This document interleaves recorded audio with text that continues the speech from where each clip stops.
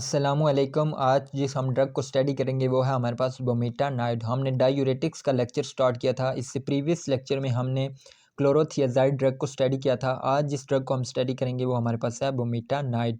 बुमेटानाइड या फ्रुसामाइड।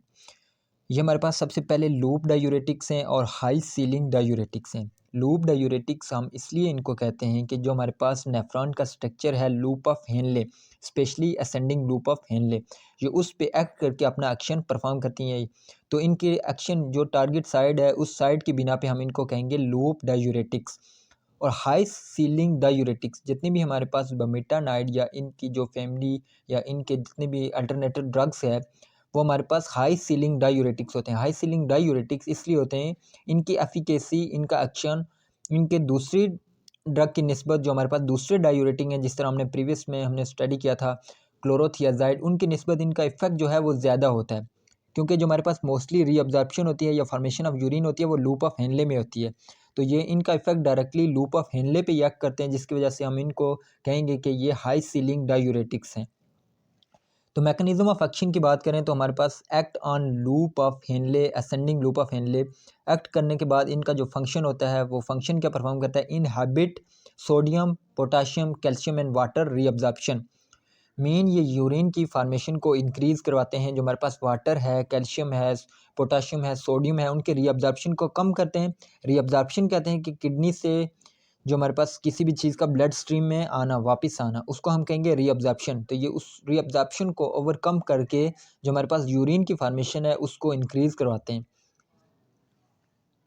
फिर हमारे पास आते हैं थेराप्यूटिक यूजेस। थेराप्यूटिक यूजेस में हमारे पास सबसे पहले आता है reducing the pulmonary oedema. Pulmonary oedema कहते हैं कि लंग्स में हमारे जो वाटर कंसंट्रेशन है उसका बढ़ जाना, मेन एक्युमुलेशन हो जाना वाटर की लंग्स में। तो ये हमारे पास जो वाटर है उसकी रीअब्जॉर्प्शन को कम करेगी। तो जो हमारे पास वाटर है वो ज़्यादा से ज़्यादा बॉडी से एलिमिनेट होगा, जिसकी वजह से जो हमारे पास वाटर की एक्युमुलेशन है वो कम होगी। इसलिए हम यूज़ करेंगे as a treatment of reducing the pulmonary oedema. फिर सेकंड पे हमारे पास आता है कंजेस्टिव हार्ट फेलियर और हाइपरटेंशन।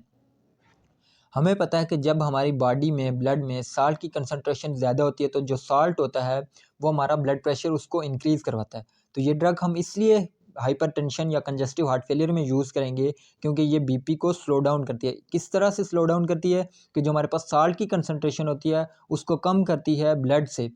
किस तरह कम करती है कि जो हमारे पास रीअब्जॉर्प्शन होती है साल्ट की उसको ये इनहिबिट करती है। तो जब हमारी बॉडी में साल्ट की कमी होगी, साल्ट की कंसंट्रेशन कम होगी, तो जो हमारा ब्लड प्रेशर है वो ऑटोमेटिक हमारे पास लो हो जाएगा। फिर हमारे पास आता है कि फार्माकोकाइनेटिक्स। इसकी अब्जॉर्प्शन किस तरह होती है, डिस्ट्रीब्यूशन, मेटाबॉलिज्म और एक्सक्रीशन। तो जो हमारे पास बुमेटानाइड ड्रग्स है ये हम एडमिनिस्टर कर सकते हैं, ओरली भी दे सकते हैं और पेरेंटली भी। लेकिन जो हमारे पास पेरेंटली हम अगर इसे यूज़ करेंगे तो इसका इफेक्ट जो है वो जल्दी आएगा as compare to oral route. फिर हमारे पास अपना एक्शन परफॉर्म करने के बाद जो इसका स्पेसिफिक टारगेट साइड है उस पे अपना इफेक्ट परफॉर्म करने के बाद जो हमारे पास लास्ट पे एक्सक्रीट आउट होती है वो in the form of urine. Urine के फॉर्म में ये हमारी बॉडी से एलिमिनेट होती है। फिर इसके आते हैं कि एडवर्स इफेक्ट। एडवर्स इफेक्ट में हमारे पास सबसे पहले आता है हाइपोटेंशन। ये बीपी को स्लो डाउन करती है। तो इसका एक एडवर्स इफेक्ट ये होगा कि ये जो हमारा बीपी है उसको बिल्कुल ही लो कर सकती है, मीन हाइपर टेंशन कॉज कर सकती है। फिर हमारे पास आता है हाइपर कैलीमिया। हाइपर कैलीमिया कहते हैं कि जो हमारे पास पोटाशियम है उसका लेवल डिक्रीज़ हो जाना।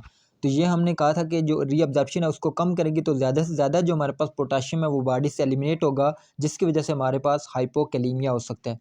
फिर इसी तरह मैग्नीशियम की कंसंट्रेशन को ये लो करेगी, इनहिबिट करेगी रीअब्जॉर्प्शन ऑफ मैग्नीशियम को, तो हमारे पास हाइपोमैग्नीशियमिया कॉज हो सकता है। फिर हमारे पास लास्ट पे आता है ototoxicity, mean toxicity in years. ये हमारे पास इसके साइड इफ़ेक्ट हैं हाइपरटेंशन, हाइपोकैलीमिया। इसके अलावा हमारे पास डिजीनेस हो सकता है, लैक ऑफ एनर्जी हो सकता है, फिटोटॉक्सिक, ये इनके डिफरेंट साइड इफ़ेक्ट हैं। तो ये हमारे पास आज का लेक्चर था बुमेटानाइड ड्रग्स। होप्स कि आपको समझ आ गई होगी। Thanks for watching.